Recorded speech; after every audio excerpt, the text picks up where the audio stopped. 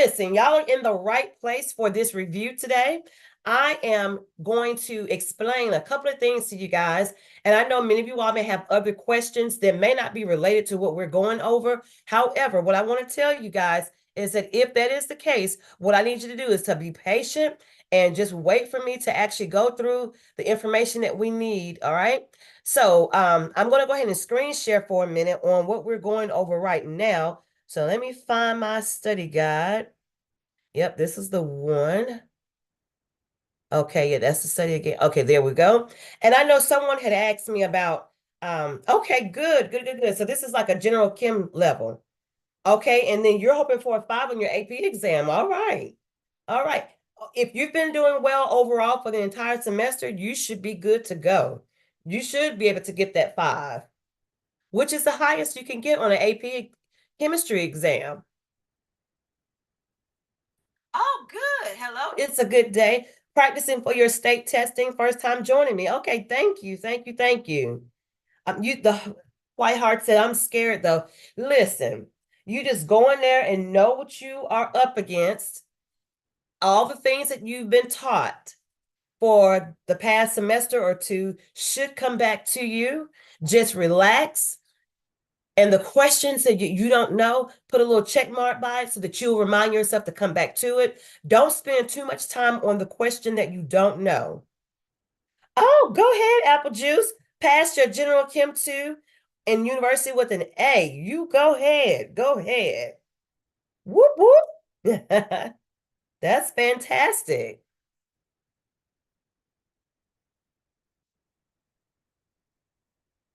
And M says, I've never seen your page or videos before, but it is really so nice that you do this. Oh, thank you, M. I appreciate that. Listen, I'm trying to get there, y'all. I really am. I've been working hard trying to get on that STEM Talk page.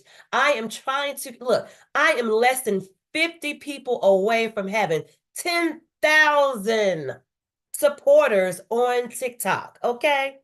Listen, I need y'all's help. Okay, I really do. I need y'all's help. If y'all can get me to 10,000 supporters, here's what I'm going to do. Now, I on as another, I don't want to call it a hustle because I actually work hard at what I do. Having a background in chemistry has allowed me to be able to do skincare formulations. And I know so many people are on the struggle bus with their skincare regimens. And I also know that thank you so much, Em, for those beautiful heart puffs.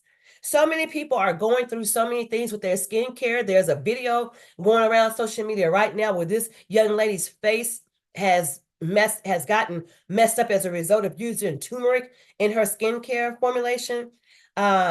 See, this is why I always say, I'm not new to this. I'm true to this. I've been dealing with chemistry for over 30 years. So I know a little something. We got a lot of overnight chemists that have no background in it, but yet they call themselves skincare formulators.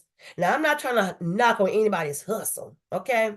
But what I am saying is go get you a little piece of an education to learn some of the things that you do need to know about skincare formulations. So if you want to get some deodorant from me, I have an all-natural deodorant line. You can check us out on Formulating Vibes. You can go to my IG page, not IG, ooh, I'm not even on Instagram like that. On my other TikTok page, on the Formulating Vibes, and I actually make deodorant. Okay, this is called 90s vibes because I'm a 90s girl. I love that time period in my life, the 90s time period. And as a result, I formulate so many different deodorants to keep you smelling fresh 24 hours. Some of my clients actually go for up to 48 hours. Okay, using my skincare regimen of keeping them arms right. Okay, that's just a little sidebar. But I think what I want to do, if I get to 10,000 supporters, I'm going to give away some free product on my skincare platform. Okay, I'm just saying, because after this, once you've taken general chemistry, if you want to continue to support my gyms, my page, Professor TK the Chemist, by all means do, because during the summertime, I'm going to be doing some fun stuff. I'm going to actually show you guys how I formulate. We're going to be doing some fun science experiments, So if you just want to look at the fun stuff, the fun side of chemistry, this is for you. Okay. Thank you, Sweet Turkey Barbecue. I appreciate that. So, as far as any tips, let's get on back to what we were talking about today. Any tips for the ACS General Chem exam? Any tips I give for ACS or even General Chemistry or AP Chemistry is just to remember what your teachers have told you. Number one. Number two, you also want to keep in mind that when it comes to remembering formulas, I know it's last minute, depending on when you take your chemistry exams. But if you can make, and I've said this all semester long, write on your cards, some note cards, any chemistry formulas that you're having trouble remembering. Okay. Those trends of the periodic table, write them down, draw them out. You've got to put pen to paper. Some of you guys may be great fact remembers, but you've got to put pen to paper where you are writing down these formulas. You need to be a kinesthetic learner, meaning you're going to actually apply the information. You're going to utilize it. You got to put pen to paper. Even perhaps rewriting your notes. Rewriting your notes. Okay. T Sky said, I got a C minus in 2018. I'm retaking it this semester. Any tips? I forgot everything. Yeah, so everything that I'm saying right now. Matter of fact, let me go to my website because I actually put some of these tips on my website before, because I know so many students are on that struggle bus. And I believe I got this on my site as well. Let me see. Ooh, look, can't even type. Because I really do believe that when you guys actually apply the information that you are going through with your teachers, this is very, very helpful. Okay, this will be very, very helpful. Okay, so what I'm going to show you all, this I used to have a blog. I need to put my blog back up too.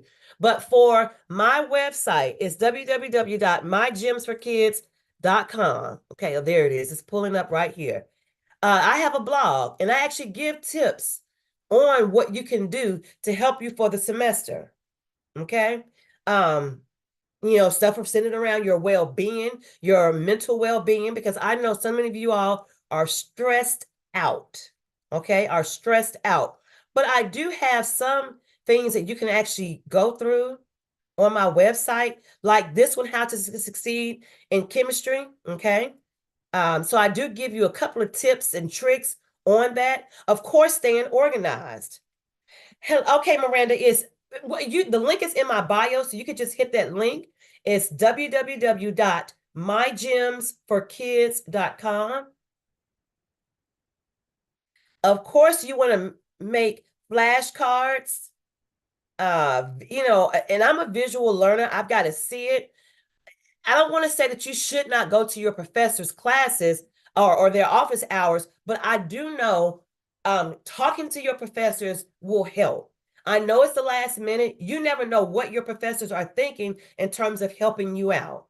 Okay. You never ever know. You never ever know. So what I'm going to do now, I'm going to go through a couple of problems with you guys for General Chemistry 1. I know there was a request for thermodynamics. Anytime that the request comes up and it's not about what we're doing now, I'm going to hold that question off towards the end so that I can get through the questions that I need to get through based on what I've outlined. So I got you though on that thermo question, okay? But I do have videos on my YouTube channel and on my TikTok channel. So if you guys want to get some extra help on that, by all means, check me out. Just scroll my page and you'll see the labels that'll say thermodynamics. Okay. Now, when it comes to problems of this nature, okay, for chemistry, for my general chemistry students, you've got to remember all of these different rules. And I know chemistry is one of those things where you're like, dang, I got to remember all of that. Yes, you do. Because everything that you do comes back. It comes back. Okay. It comes back. So for instance, matter of fact, let me just show y'all something. Okay. I'm just going to pull up a periodic table. Excuse me, guys. Woo, Lord. I'm going to actually just show you all a general periodic table. because there are some things that you all need to know, okay? Just some basics. I'm just going to tap onto one of them, okay? Not the one that I would use, but just one in general, okay? When it comes to periodic tables, what you want to remember is that there are certain tips and tricks that you can use in order to help you, okay? And I'm trying to find a good one, y'all. Hold on. Because there are certain things I need to let you be aware of, okay? So for instance, I may just have to pull it up online. Hold on. So, but anyway, if I were to ask you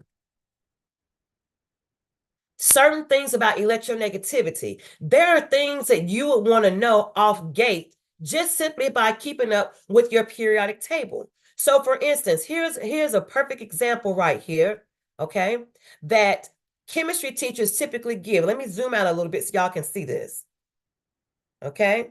Here's the thing though, a lot of your teachers on these state exams will not allow you to have things written on your periodic table. But what I can tell you is that if you write them down on note cards and you just keep looking at them over and over and over, that will be helpful. So for instance, as you take a look at this particular periodic table, okay, there are different things on here that you as a student would want to know because you're going to see these things on your test, such as how does the ionization increase? How does the electronegativity increase? And what about the atomic size? All of that plays a role in things that you have to do over and over and over throughout the semester, even when it comes to writing out chemical formulas. So for instance, if I'm asking you guys, what's the most electronegative element between, let's say, carbon? Let me go ahead and get my little thing up here. Uh-oh. Let me zoom back out.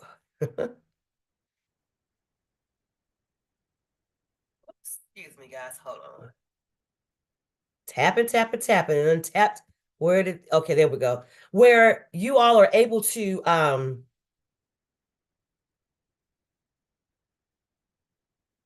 where you're able to remember where your elements are, this is going to be very helpful for you. Okay, let me move this out the way.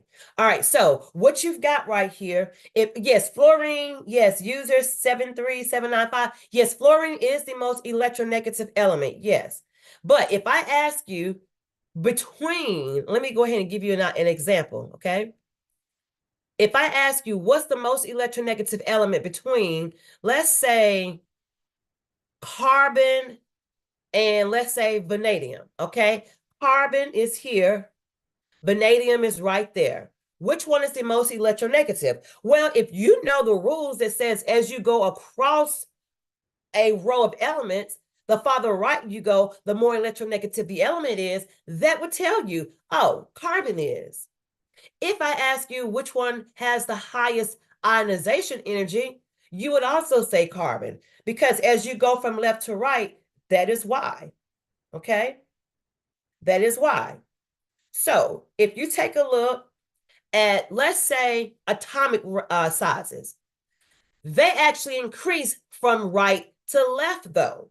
So if I were to ask you about the atomic size of those elements, you would tell me that vanadium is the largest between the two because the atomic size increases from left to right. So it's the opposite of electronegativity and ionization. Same thing for whether or not they increase or decrease going up a group, okay? So as you look at these elements right here, going up a group, there are 18 groups. Group 1 is here, group 2 is there, okay? Groups 3 through 12 is in the middle, and then it goes 13, 14, 15, 16, 17, and 18. So if you go up and down a group of elements, okay, well, let's just say if you go up from the bottom to the top, like Drake, started from the bottom, now we're here, okay? So if you're going from the bottom to the top, your electronegativity is going to increase. However, your atomic size will increase as you go from the top to the bottom, okay? Yes, that is correct. It is more electronegative because it is closer to completing a full shell. That is correct. That is correct. yes. All of y'all's comments are correct. Very good, very good. So those are the things that I am telling you all now, that as you go through your atomic sides and electronegativity and ionization energies, I would actually just draw the arrows on paper, on a note card, and just put, just draw your arrows and say, all right, ionization increases from left to right, electronegativity increases from left to right, but the atomic size decreases from right to left across the periods. But if you're talking about a group of elements, then you could actually say, as your electronegativity increases from from the bottom to the top, so does your ionization, okay? Now, Jerry says, why is the ionization state for sulfur in H2SO4 +6, not +5? Okay, well, let's look at that one. All right, since you're talking about that. So you've got H2SO4 with a negative charge. Okay, if you are trying to establish what the charges are for a certain element like sulfur, okay, what you have to do, I'm going to put an X above sulfur because that's the one that you're asking about. Let me zoom in a little bit so you all can see that. There we go. All right, so what you're going to do, I know that hydrogen has a +1 charge. So I'm going to say 2 times +1. We're looking for X, so that's where the X is going to be. I know that oxygen has a -2 charge. So I'm going to say plus 4 of those, because you have a subscript of 4 for oxygen, times -2 equals, anytime you have a charge attached, you have to say equals to that charge. Most of the time, though, if it's just a regular element or a formula without a charge, you would set it equal to 0. But anytime you have a formula of this nature or polyatomic ion of this nature, you have to set it to what that the ion is equal to. So 2 times the +1 is 2, plus your X, and then 4 times -2 is going to give you a -8, and that's equal to -1. Now 2 minus 8 is equal to -6.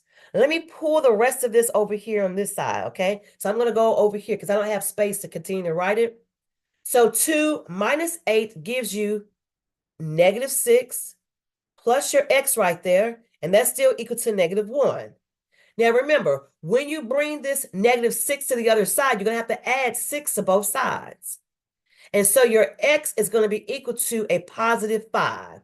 So that is the reason why, Jerry, it should be equal to +5 and not +6. Okay? It should be equal to +5 based on the way I just showed you this problem right here, not +6.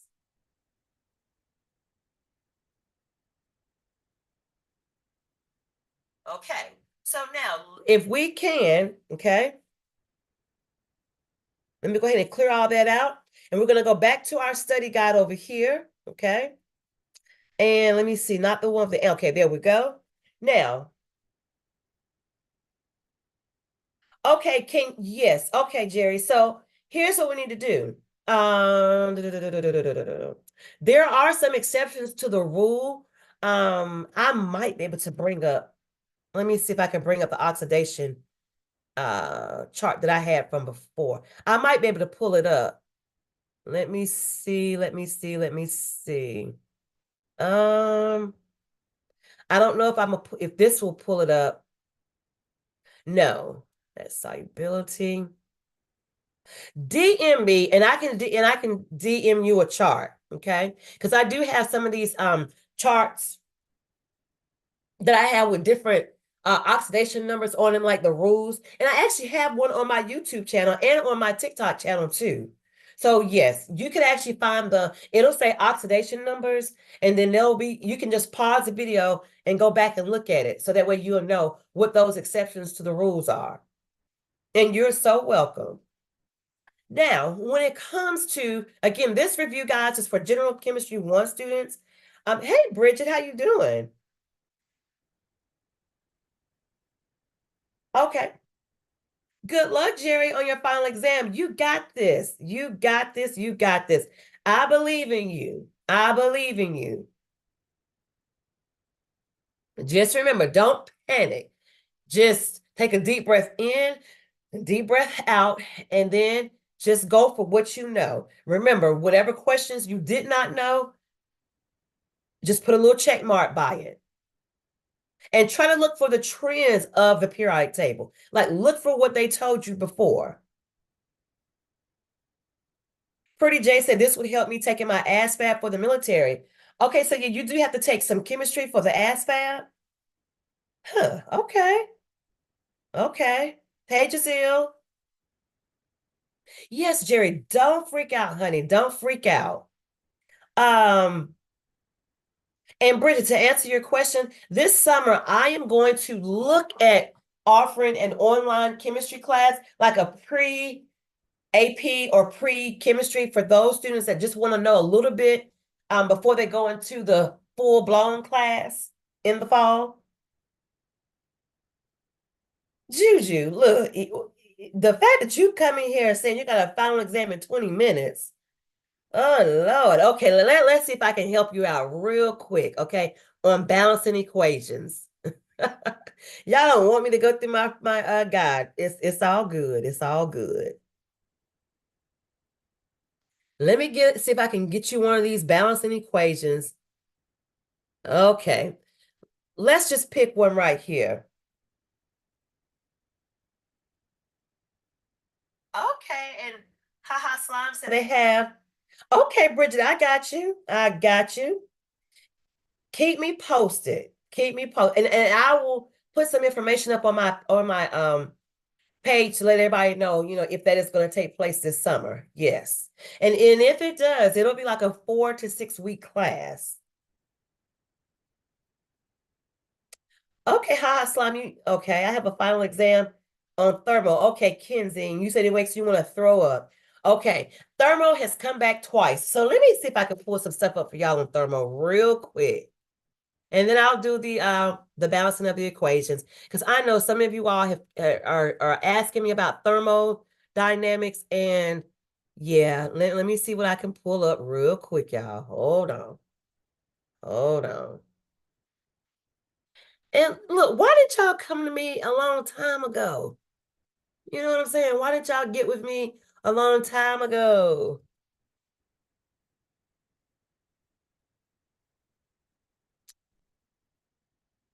Hold on, y'all. Let me put my phone down so I can actually pull up my screen so that y'all can see some of these things, okay? So let me pull up another page for thermo. And I'm going to screen share a new one for my YouTube supporters. All right, so let me see if I can pull up something on thermodynamics.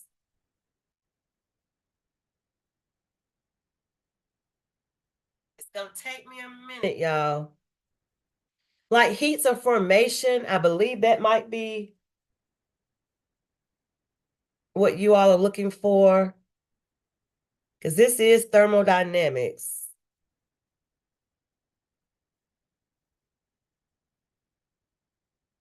Something like this right here. Tell me if this is what you're talking about. I know someone said delta S and delta G. And delta S and delta G, that deals with Gibbs free energy. If that's what you're looking for also, that deals with Gibbs free energy as well. So let me see if I can pull. Oh, yeah, there we go. There's some Gibbs free energy problems right there. With Hess's law or Hess, tomato, tomato. Okay. Paola says, where can I find material for my final exam for general chem? Did your professors give you all final exam review sheets or study guides? Because a lot of times, whenever students come to me, like I have plenty of resources. Oh, let me back out a little bit so y'all can see the screen. I have plenty of resources, but it depends on what your chemistry class is. Now, I don't do organic, I don't do inorganic. So if you guys are needing help for some of those topics, Professor TK, the chemist, don't do those, okay? So now, make sure you guys continue to tap that screen, tap, tap, tap. Let's see if we can get up to 5,000 hearts. And look, we're in a new month also. This is May 1st. May 1st.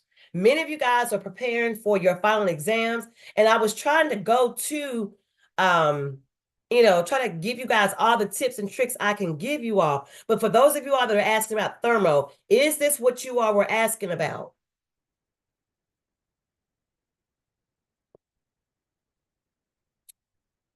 Thank you guys so much for the follows and the hearts.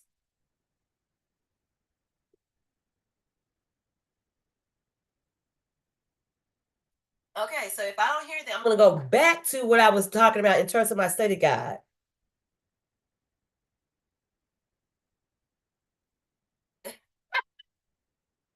Oh my goodness. Hey, Tashan, edit, hello. Yes, I know all of you all are panicking. Let me tell you, if you've maintained at least a decent grade, okay, for throughout the whole semester, your professors should give you some grace. Now, I say the key word is should, because I know some professors don't give a flying flip what you've done. If you didn't pass the final, it's like, oh, well. But you got to make sure, guys, you got to make sure that you've been communicating with your teachers. And I cannot stress that enough. Teachers aren't scary. Now, mind you, I know some of my colleagues can be irritants, to say the least. But if you've been talking with them all along, you should be good to go.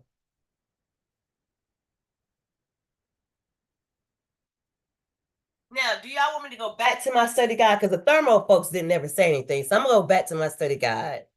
I asked them if this is what they were talking about, and they didn't say anything. So we're going back to my original study guide. Okay, Eddie, you got this on chemical kinetics. Okay. Well, Brandon, you still got this AP exam coming up. So your final AP exam. Okay, Vinny, knock it out the box. So when it comes to these types of equations, guys, I'm going to go back over here to my study guide. Okay. And oh, last year. Okay, gotcha. Okay. Here's what I want to kind of go through too. I'm going to give y'all some rules that you need to know. All right. So you remember how I was saying earlier. Okay, I'm going to start at question 43. Okay, 43. Right there. It says, how many electrons will aluminum gain or lose when it forms an ion? Okay, so here's what you guys need to know about this one, okay? Keyword is aluminum. Because I know that aluminum has a +3 charge, remember in chemistry, when you have a positive charge, okay, those are called cations. Cations are positive. That means you have the ability to lose electrons, okay, lose them.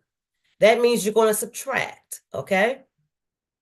On the other hand, if I gave you, let's say, chlorine, for instance, all right, chlorine has a -1 charge.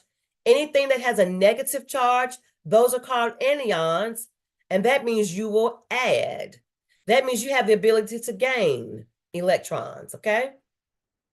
Now, I say that because this question is asking you about aluminum, and because aluminum has a positive charge, a +3, here's how we do process of elimination.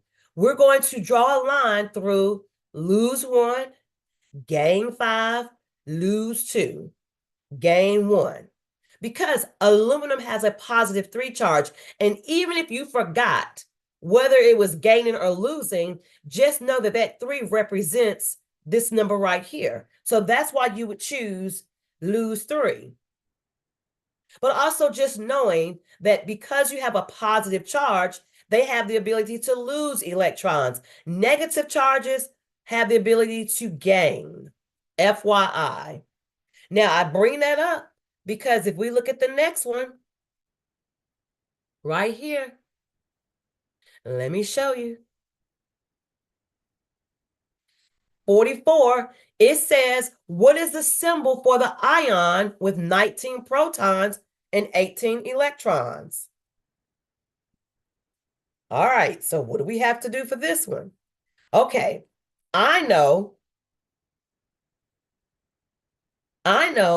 that protons, electrons, and atomic number mean the same thing. But when you say ion, it changes the game, okay? It changes the game. So I know to identify this element, I'm going to refer to the protons. The electron number will change, okay? Electrons will change if an ion is involved. Okay? Electrons will change if an ion is involved. So that means if I look at these elements over here, it says 19 protons, 18 electrons. I have to look at my periodic table. Now, I'm just going to tell you all what they are so you all will know, okay? I'm going to tell you fluorine, if I look at my periodic table, fluorine has 19 electrons. I'm sorry, not 19, looking at the mass number. Whoops. Fluorine has 9 electrons, 9 protons. Argon has 18 electrons, 18 protons. Potassium has 19 electrons, 19 protons. Now, I told you that, right? But be careful because when they ask you about the ion, that's the key word there, ion, you've got to do what? You've got to now consider what the charge is. Now, here's how we're going to do process of elimination, y'all. I know that argon does not have a charge. So we're going to go ahead and dismiss argon out of this equation. I also know that when I look at fluorine, for instance, fluorine does not have a positive charge. So I'm going to dismiss that one also. Potassium does not have a negative charge. So I'm going to dismiss that one as well. So now I'm left with letter B or letter E. And because we're talking about 19 protons and 18 electrons, remember, the protons will never change. So because you're looking for an element that has 19 protons, we now have to consider the electron factor, okay? Now, I also know that fluorine doesn't even make sense in this case, because remember, fluorine has 9 electrons. So we're going to dismiss fluorine out of the question. But I want to explain this one to you here for potassium. I know, honey, I know. I got you. I got you. You said it's potassium, mama. I got you. But let me tell you why it's potassium with the +1 charge, okay? Potassium with the +1 charge means that you have originally 19 electrons, but because of that charge, we're going to deduct 1. So that gives you your 18 electrons. And your protons still remains as 19. So that is why. You know, I had to explain it. I had to explain it. Alyssa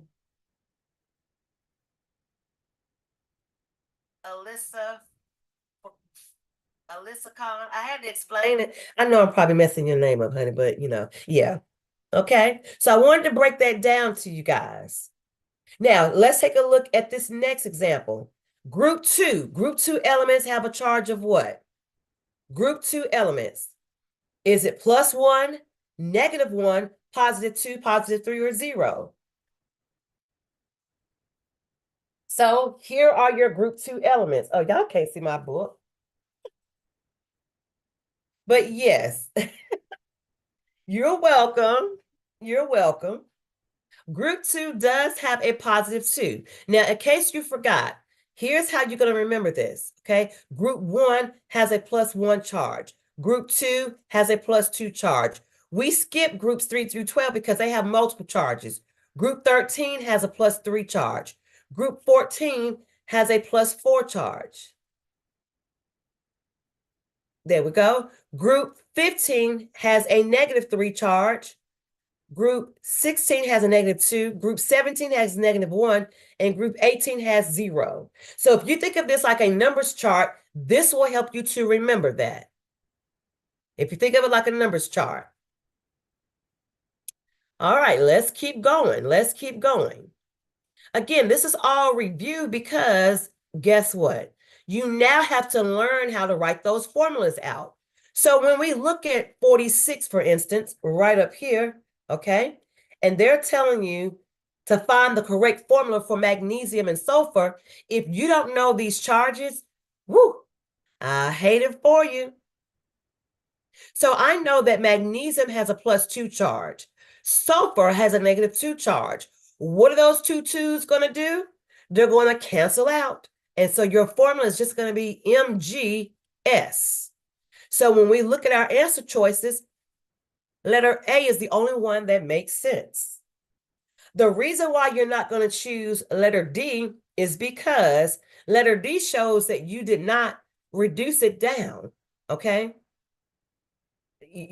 And let me make sure I explain why you want to reduce it down. When the numbers are the same for an ionic compound of this nature, the two twos have to cancel each other out. So you want to get rid of those twos right there because they're going to basically be redundant. Now, you don't do that, though, when it comes to a covalent bond. Those are completely different. Go ahead, Bawana. You passed your chemistry class with an A. Woohoo! Fantastic. Max, what is a what is a PES graph? What are you talking about? Okay, I'm zooming out. There you go. Can you see it?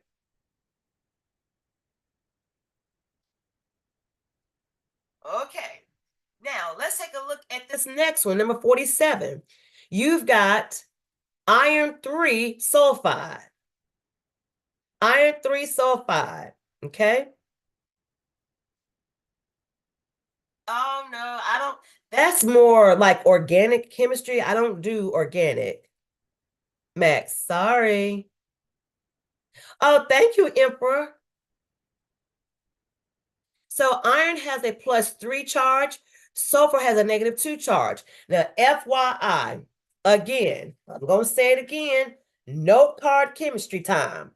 These elements that have more than one charge, you should have been placing them on a note card so that you would remember which ones they are, or just going through your book trying to determine that. The reason is because those elements that have more than one charge are denoted by using Roman numerals. So in this particular case, iron has a +3 charge, sulfur has a -2 charge, and all they're going to do is swap. So iron takes the 2, and sulfur takes the 3. Now, if you did not swap those charges, you would end up writing Fe3S2. Fe3S2. And that is wrong, okay? That would not be right. But guess what? There's an answer that would be on your answer choice. Excuse me. If your teachers were to give you something of this nature. Some answer keys that I've seen and that I've done shows where the student did not master that, where they actually did not cross the charges. Okay? So in this particular case, once again, you've got to swap the charges, and that's why it's Fe2S3.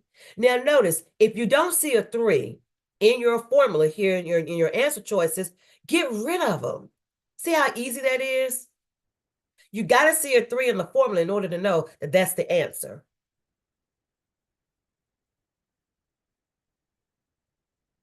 Oh, thank you. I'll be trying to help my students out. Now, take a look then at this next one. This is cobalt. So you see that? Let me zoom in a little so y'all can see that. You see that? That's cobalt. But now look here. If you thought that was copper, I'd see how you would get letter A, okay? But it is cobalt. So if you know your elements, you know that that is not copper. So that's how we're going to cancel out letter A.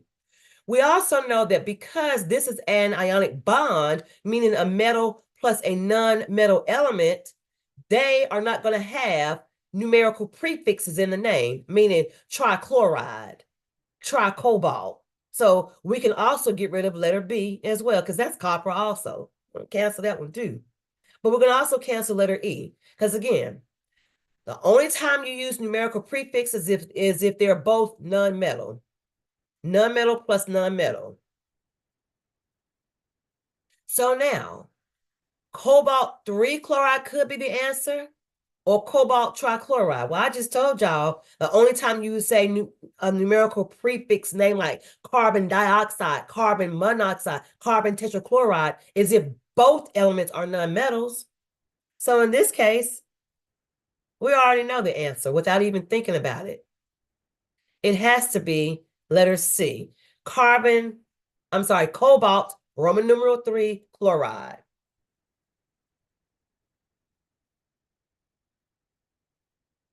Excuse me. All right, now take a look at this one. This is a polyatomic ion, number 49. Okay, excuse me. This is a polyatomic ion right here. So I'm trying to show y'all the question so y'all can see it. Okay, someone said, can you repeat why it's not trichloride? Yes, I can. Let me go back to that one. Okay, good question. So the only time you use numerical prefixes like tri, hepta, octa, and so forth is if you have nonmetals plus nonmetals in your formula. Those are covalent bonds. So covalent bonds are the ones that get those names, like carbon dioxide. Carbon is a nonmetal. Oxygen is a nonmetal. So that's where you get your numerical prefix name. If I gave you, let's say, CCl4, again, carbon tetrachloride, both of those are nonmetal elements. If I gave you PF2, okay, phosphorus is a nonmetal element, so is fluorine. So numerical prefixes are given based on both elements being nonmetals, covalent bonds. On the other hand, if you have metal plus a nonmetal element, those are ionic compounds, okay? Ionic bonds, ionic compounds. And you're going to call them like you see it. Meaning, if I gave you aluminum oxide, aluminum is a metal, oxygen is a nonmetal. So that's aluminum oxide. If I give you sodium fluoride, NaF, sodium is a metal, fluorine is a nonmetal. So I didn't have to say dialuminum trioxide because aluminum is a metal, oxygen is not. So metal plus nonmetal gives you the name that you call it like you see it. Nonmetal plus nonmetal does not. You got to call them with numerical prefixes. And that's why COCl3 is not cobalt trichloride, because cobalt is a metal, chlorine is a nonmetal. Oh, you're welcome. You're welcome. All right. So for this last example right here, you've got sodium with a +1 charge for number 49. And you have phosphate, PO4, with a -3 charge. Whoops, with a -3 charge. What you have to remember here in this example is that this is a polyatomic ion that may get a charge greater than 1. And if it does, that new number goes on the outside. So sodium is going to take the 3 when you write the formula, and phosphate's going to take the 1, but no formula is necessary. So your answer becomes Na3PO4, letter A. Let me show you one, though, where, well, before I do that, though, if you also look at this formula, guys, okay, they said sodium, Na+, and then the polyatomic ion for phosphate is PO4, 3 negative. You do not erase the 4 and replace it with another number. Again, you do not erase the 4 and replace it with another number. Therefore, when you look at your answer choices, if you don't see PO4 anywhere in your answer, okay, then that's how you know to do process of elimination. Letter C does not have PO4 in it. Yes, that's right, user 523. When naming compounds, you always cross the charges. Yes. You don't see PO4 in letter D's answer choice either. And they just left off oxygen all the way together for letter E. So we don't even identify with that one either. But if you notice here for letter A and letter B, you've got to show that you crossed the charges like we did over here to show that answer A is correct right here. Answer A is the one.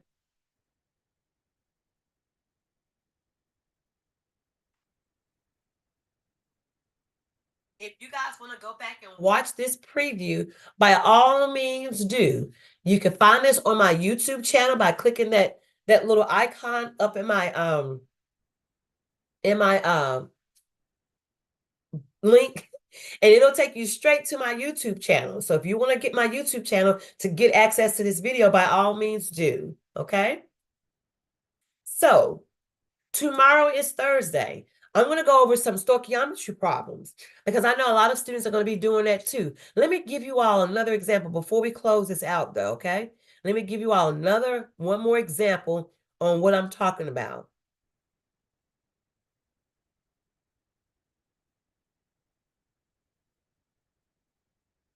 Oh, see, here's another example right here. Ionic bonding. We just talked about that. Ionic bonding.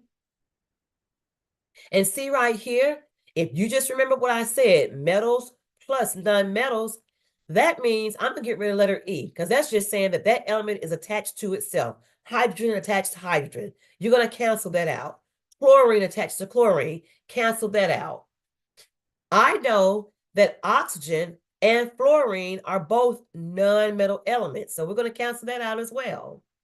Now, although we have KF and we have HF, and potassium and hydrogen are both in group 1, hydrogen behaves like a metal, but is actually a nonmetal element. And because it's attached to another nonmetal element, that's why we cannot consider HF as the answer. Only KF. Potassium is a metal and fluorine is a nonmetal element. Okay. And thank you guys so much for the shares and the follows. Thank you guys so much for the shares and the follows and the hearts. All right. Hey, Chavez, how you doing? So if you all noticed here, every question builds on the other. Like if you just know the rules, okay? If you know the rules, this will help you. One more right here. I keep saying one more and then I'm going to get off, but y'all, I just love teaching. Can't you tell? I love teaching and I want y'all to do great on your final exams. Let me do one more. And look, if you can, go back, like I said before, put what you want me to go over, okay? And then we can get to that. A lot of what I've been doing here is for General Chemistry 1. I will do a review for General Chemistry 2. So I have not forgot about y'all. I have not. One more. If you look at polar covalent, now you're probably saying, uh-oh, what is polar covalent? Well, remember, covalent bond still means nonmetal plus nonmetal, right? Nonmetal plus nonmetal. But polar, that part polar means one of them is positive and the other one is negative, even though they do not swap charges. Even though they do not swap charges, one of the elements is positive, the other one is negative. Nonmetal, nonmetal. So if we look over here at our answer choices, I know that sodium is a metal, fluorine is a nonmetal. So that is a ionic bond. So we're not going to consider that one. I also know to get rid of letter C and letter E because remember, they're attached to themselves. Like it's the same element attached to itself. So one is not going to be positive and the other is going to be negative. No, they're either both going to be positive, positive or negative, negative. So we know that's why letters C and E are incorrect. I know that magnesium is a metal.